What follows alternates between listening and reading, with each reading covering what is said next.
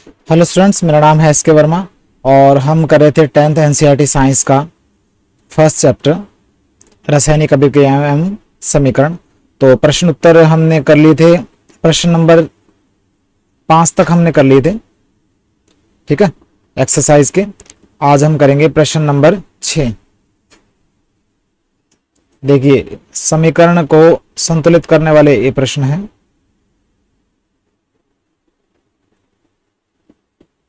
बिल्कुल आसान है, अगर आपको रूल पता है तो बिल्कुल आसान है, आपको इससे आसान मिलेंगे नहीं।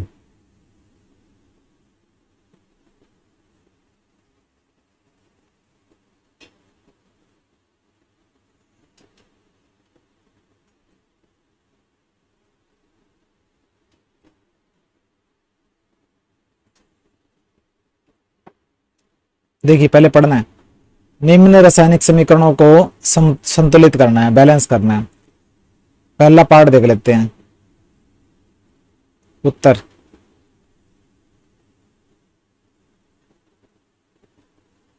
देखिए, first part, A part, HNO3 plus CaOH twice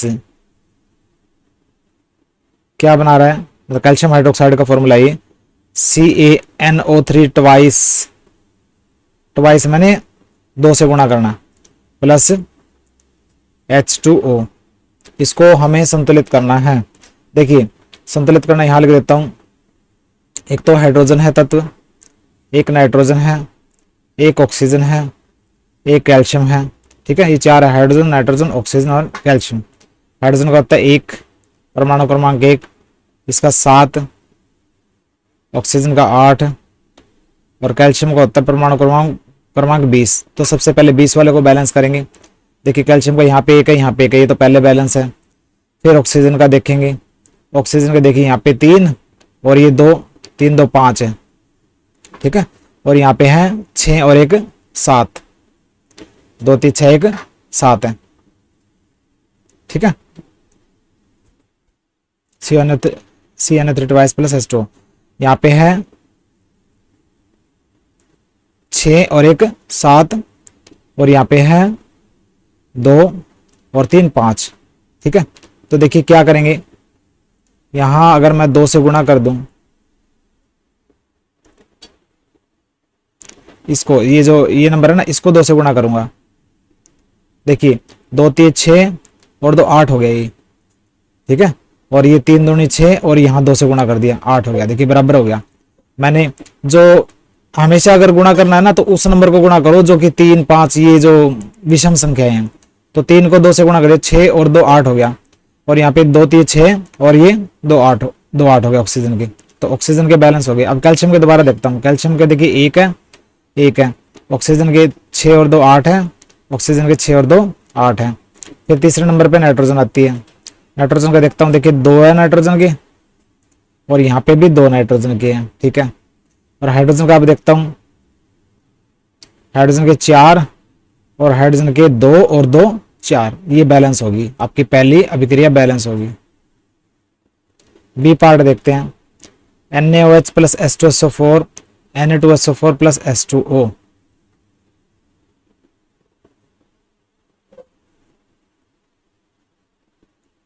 NaOH plus H2SO4 क्या बन रहा है? Na2SO4 plus H2O। कौन कौन से तत्व हैं? तीर के एक निशान के देख लीजिए इस साइड में। कौन कौन से तत्व? एक तो है सोडियम, एक है ऑक्सीजन, एक है हाइड्रोजन। ठीक है, एक है sulphur. Sodium, oxygen, hydrogen, sulphur, ये 4 है तत्व। सोडियम का होता है 11, ऑक्सीजन का होता है 8, हाइड्रोजन का होता है 1, सल्फर का होता है 16। सल्फर को बैलेंस करूंगा, सल्फर का 1 है, सल्फर का 1 है, ये तो बैलेंस है। फिर सोडियम को देखूंगा, सोडियम का देखिए यहाँ पे 2 है, यहाँ पे 1 है, तो मैंने 2 से गुणा कर दी। अब दोबारा फिर देखूंगा, सल्फर का 1 है, सल्फर का 1 है, सोडियम के 2 है, सोडियम के 2 है। ठीक है, ऑक्सीजन का देखूंगा, ऑक्सीजन का 1 और 4 5 और यहाँ पे 2 और 4 6 हैं। तो मैंने यहाँ 2 से गुणा कर दिया, तो 4 और 2 6 हो गया ऑक्सीजन के, 2 और 4 6, यहाँ पे 4 और 2 6। अब दोबारा चेक करूंगा शुरू से, ठीक है। सल्फर से, सल्फर का 1 है 1 है, और फिर ठीक है सोडियम का देखूंगा 2 है, यहाँ भी 2 है, ठीक है। और फिर देखूंगा ऑक्सीजन का, ऑक्सीजन के 4 और 2 6 हैं, ऑक्सीजन के 2 और 4 यहाँ भी 6 हैं। और फिर देखूंगा हाइड्रोजन का, हाइड्रोजन के यहाँ पे 4 हैं और यहाँ पे 2 और 2 4 है, ये होगी बैलेंस, ठीक है, बैलेंस होगी।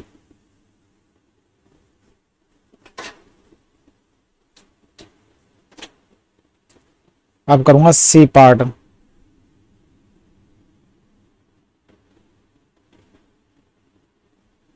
ठीक है, सी पार्ट देखते हैं।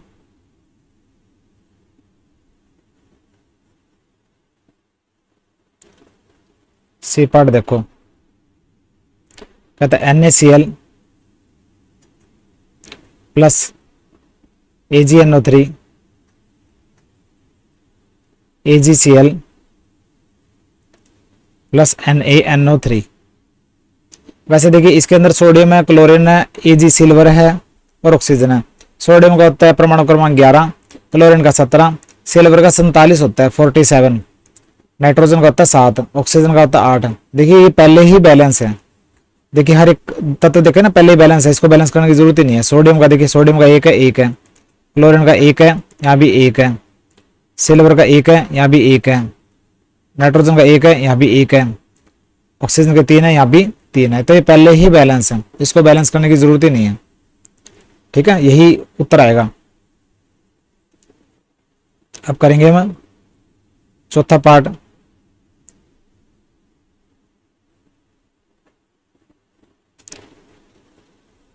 BaCl2 बेरियम क्लोराइड होता है, जमा में सल्फ्यूरिक अम्ल एस्टोसो4 बनेगा बेरियम सल्फेट BaSO4 फॉर्मूला होता है, जमा में हाइड्रोक्लोरिक एसिड या HCl। कौन कौन से तत्व है? बेरियम है जिसका होता है परमाणु क्रमांक 56, क्लोरीन का होता है 17,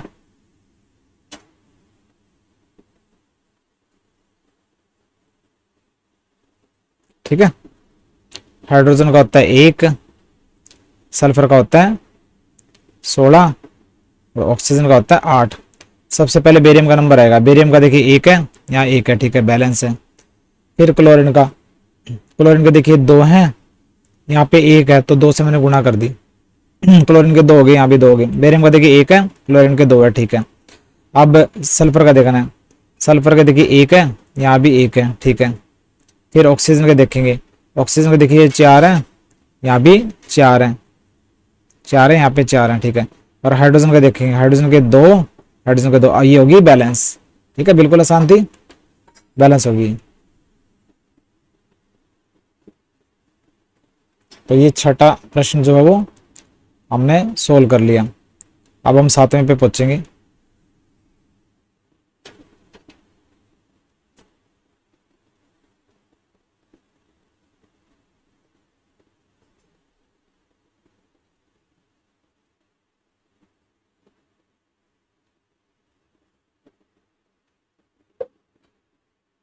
सातवें का उत्तर है, देखिए ए, क्या बोला, निम्न अभिक्रियाओं के लिए संतुलित रासायनिक समीकरण लिख दीजिए।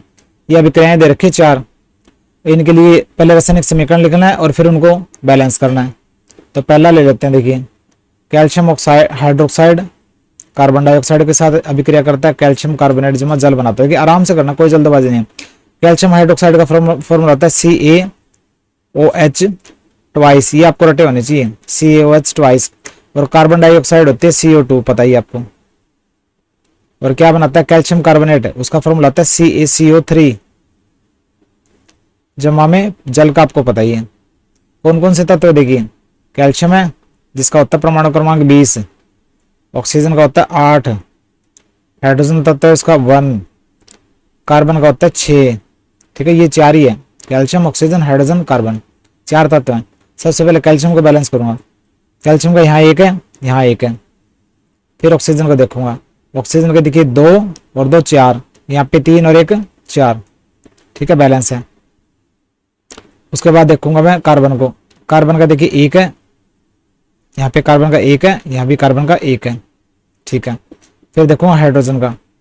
हाइड्रोजन का देखिए यहाँ पे दो हैं और यहाँ भी दो है, तो ये पहले ही बैलेंस है, ठीक है, ये पहले ही बैलेंस है।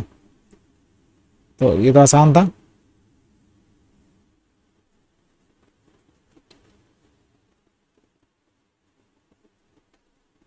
अब करेंगे हम बी पार्ट।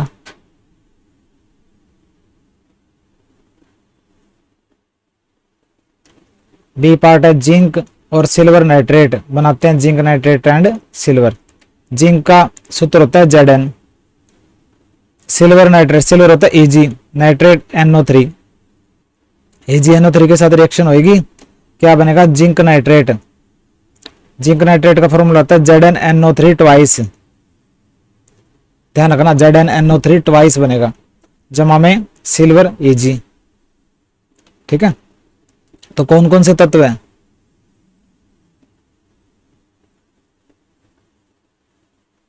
कौन कौन से तत्व है, एक है जिंक, जिंक का ध्यान रखना 30 होता है परमाणु क्रमांक।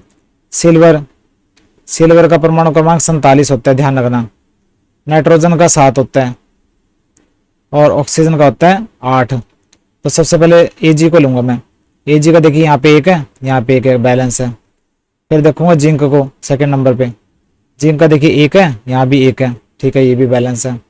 फिर देखूंगा ऑक्सीजन को, ऑक्सीजन का देखिए यहाँ पे 3 है, यहाँ पे 2 3 6 हैं, तो मैं क्या करता हूँ यहाँ पे 6 कर देता हूँ, 2 3 6 हो गई।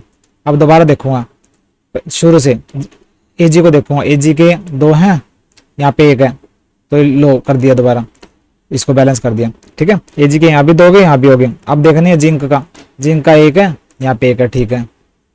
फिर देखूंगा ऑक्सीजन का, ऑक्सीजन के 6 हैं, तो ये 2 3 6 हैं। और फिर देखूंगा नाइट्रोजन को, नाइट्रोजन का देखिए 2 हैं और यहाँ भी 2 है, ये होगी आपकी बैलेंस।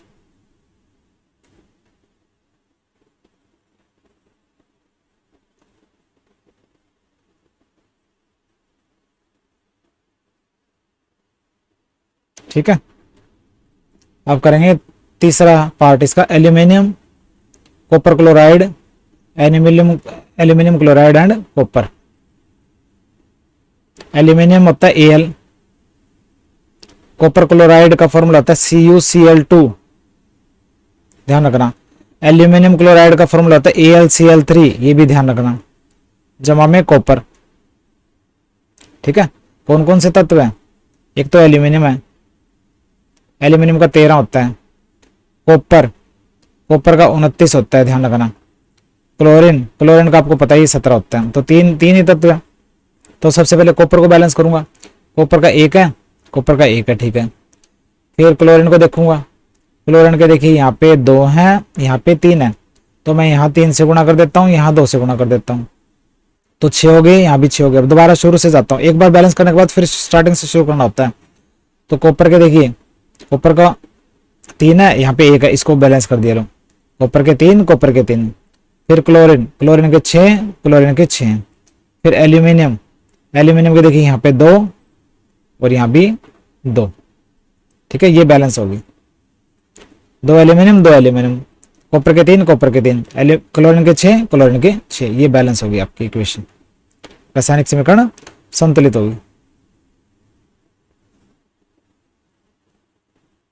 अब फोर्थ पार्ट इसका, बेरियम क्लोराइड पोटेशियम सल्फेट, बनाता है बेरियम सल्फेट पोटेशियम क्लोराइड। देखिए आराम से करना है, barium chloride Ba, barium chloride होता है BaCl2 और पोटेशियम सल्फेट होता है K2SO4। ये आपको आराम से करने पड़ेंगे, ध्यान रखना पड़ेगा। BaCl2 बेरियम क्लोराइड होता है, K2SO4 पोटेशियम सल्फेट होता है। बेरियम सल्फेट बनेगा BaSO4 होता है बेरियम सल्फेट का फॉर्मूला, और पोटेशियम क्लोराइड KCl होता है, ठीक है। कौन कौन से तत्व हैं, देखिए एक है बेरियम, एक है क्लोरीन। बेरियम का 56 होता है, क्लोरीन का 17 होता है, पोटेशियम का 19 होता है और सल्फर का 16 होता है, ऑक्सीजन का 8 होता है। ये तत्व है। सबसे पहले बेरियम को लूंगा, बेरियम का 1 है, बेरियम का 1 है। फिर लूंगा पोटेशियम को, पोटेशियम के 2 हैं, यहाँ पे 1 है तो 2 से गुणा कर दी मैंने। अब दोबारा देखो, बेरियम के बैलेंस है, पोटेशियम के 2, पोटेशियम के 2, ठीक है। क्लोरीन का फिर देखिए, क्लोरीन का देखता हूँ मैं थर्ड नंबर पे, क्लोरीन के 2 हैं, क्लोरीन के 2 हैं, बैलेंस है। फिर सल्फर का देखूंगा, सल्फर का 1 है, सल्फर का 1 है, बैलेंस है। फिर ऑक्सीजन का देखूंगा, ऑक्सीजन के 4 है, ऑक्सीजन के 4 है, बैलेंस है। ये होगी आपकी बैलेंस, ठीक है। ये चौथी रासायनिक अभिक्रिया भी आपकी बैलेंस होगी। तो प्रश्न नंबर 7 हमने कर लिया। प्रश्न नंबर 8 करेंगे अब।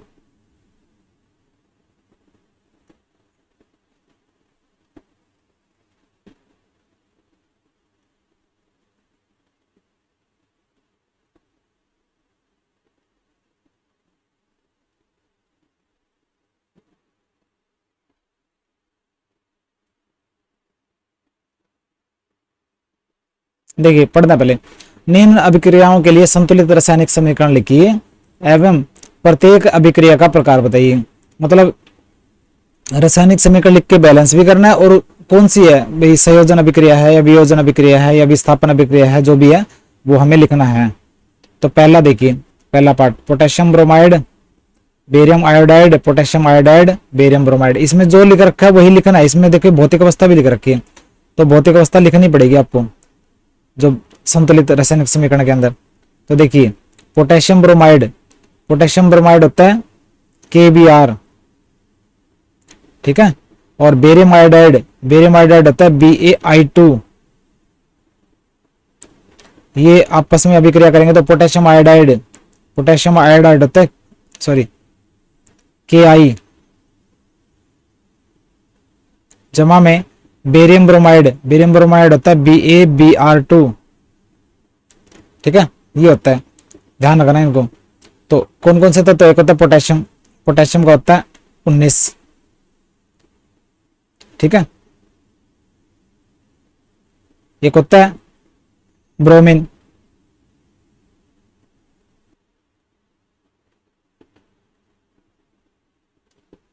ठीक है। ब्रोमीन का होता है 35, परमाणु क्रमांक ब्रोमीन का ध्यान रखना 35 होता है ब्रोमीन का। और पोटेशियम है, ब्रोमीन है और बेरियम है, बेरियम तत्व है, बेरियम का होता है 56। और आयोडीन, ठीक है। एक मिनट,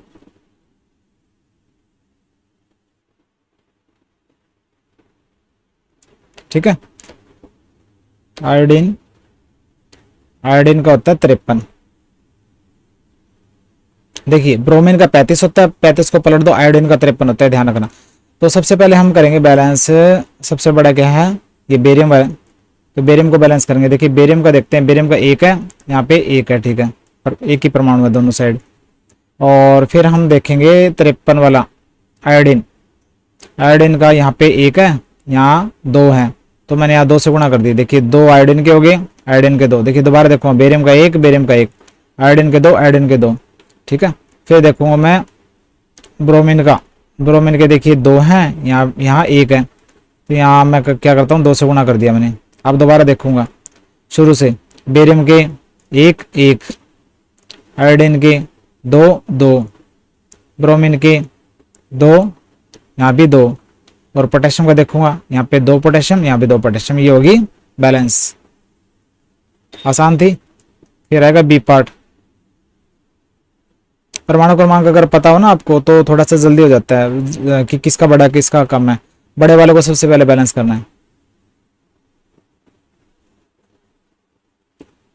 अब करेंगे बी पार्ट, ये इसके अंदर साइड में लिख देना है, मैंने लिखा नहीं, A Q A Q A Q, ठीक है, यहाँ पे लिखना जरूरी है ए क्यू, वरना नंबर काट सकता है एग्जामिनर। ए क्यू और ये सॉलिड, ठीक है, ये लिखना जरूरी है। फिर करेंगे हम बी पार्ट।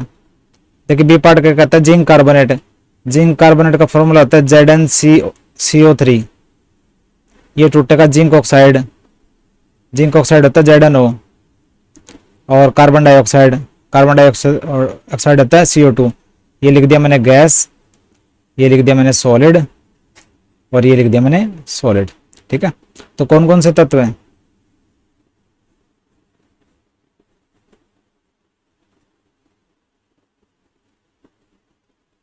देखिए एक तो है जिंक, जिंक का होता है 30, एक है कार्बन, कार्बन का होता है 6 परमाणु क्रमांक, ऑक्सीजन का होता है 8। सबसे पहले जिंक को बैलेंस करूंगा।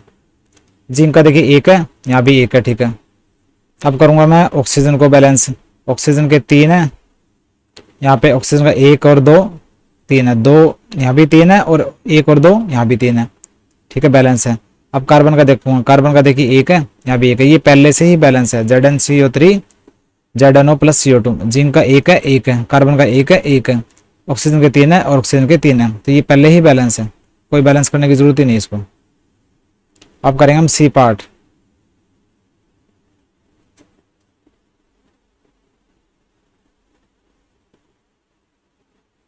हाइड्रोजन क्लोरीन बनाएगा हाइड्रोजन क्लोराइड गैस।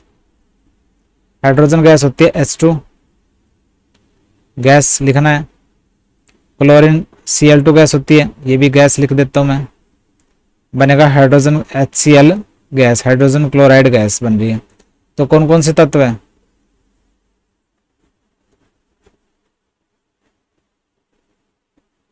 एक तो है हाइड्रोजन, हाइड्रोजन का परमाणु क्रमांक 1, एक है क्लोरीन, क्लोरीन का होता है 17। ठीक है, तो क्लोरीन को बैलेंस करूंगा, क्लोरीन के 2 हैं, यहाँ पे 1 है, तो 2 से बैलेंस कर दिया। देखिए क्लोरीन के 2, क्लोरीन के 2, हाइड्रोजन के 2, हाइड्रोजन के 2, बैलेंस होगी। ठीक है, तो ये होगी कंप्लीट। उसके बाद है डी पार्ट, मैग्नीशियम हाइड्रोक्लोरिक अम्ल, मैग्नीशियम क्लोराइड और हाइड्रोजन बना रहा है। मैग्नीशियम, देखिए मैग्नीशियम क्या होता है? सॉलिड होता है, रिबन वगैरह या तार, मैग्नीशियम की रिबन जमा में। हाइड्रोक्लोरिक अम्ल, हाइड्रोक्लोरिक अम्ल होता है HCl जो कि अक्वस है। ठीक है, मतलब पानी में घोल है। मैग्नीशियम क्लोराइड, मैग्नीशियम क्लोराइड का फॉर्मूला होता है MgCl2 जो कि अक्वस है, जमा में हाइड्रोजन गैस, ये बन रहा है। कौन कौन से तत्व है? एक तो मैग्नीशियम है, मैग्नीशियम का होता है 12, ध्यान रखना। हाइड्रोजन है, हाइड्रोजन का होता है 1 और क्लोरीन है, क्लोरीन का होता है 17। तो पहले क्लोरीन को देखूंगा, क्लोरीन का 1 है, क्लोरीन के 2 है, तो 2 से गुणा कर दिया, यहाँ पे 2 और यहाँ पे 2 हो गए। अब क्लोरीन का तो बैलेंस है। अब मैग्नीशियम का देखूंगा। ठीक है, मैग्नीशियम का 1 है, यहाँ पे 1 है। ठीक है, अब हाइड्रोजन के देखूंगा, हाइड्रोजन के 2 है, यहाँ पे हाइड्रोजन के 2 हैं, ये होगी बैलेंस। तो बिल्कुल आसान थी। ये 8वें के भी हमने चारों पार्ट कर लिए।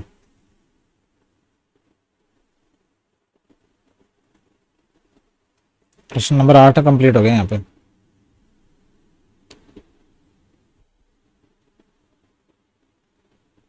ठीक है,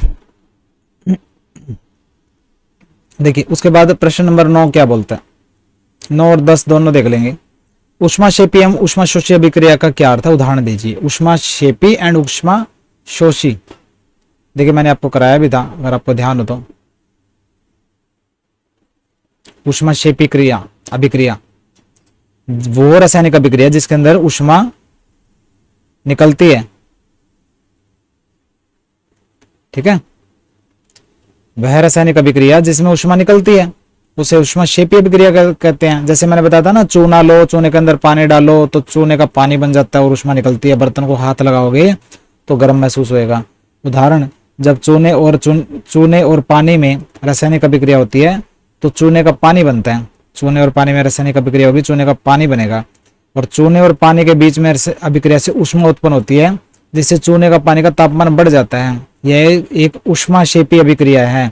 ऊष्मा निकलती है, ऊष्मा जब निकलती है ना तो उत्पाद वाली साइड लिखना है, अगर सोखी जाती है तो अभिकारक वाली साइड लिखनी है। ठीक है, आप पढ़ेंगे ऊष्माशोषी अभिक्रिया जिसके अंदर ऊष्मा ग्रहण होती है।